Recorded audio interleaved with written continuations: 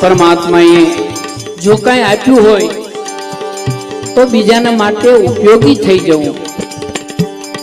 ઈશ્વરે જો કાંઈ આપ્યું હોય તો સમાજને માટે ઉપયોગી થઈ જવું.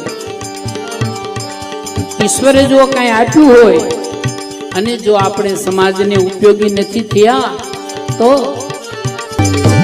થા થઈને થાકી રહેશો ત્યારે આ સમાજ કરશે થૂ થૂ થૂ. માનવી ના મૂકી જાશે ક્યાં શમશાન. માન વગર ના મૂકી જાહે પછી ઓટા ખૂખવા ખૂ ખૂ.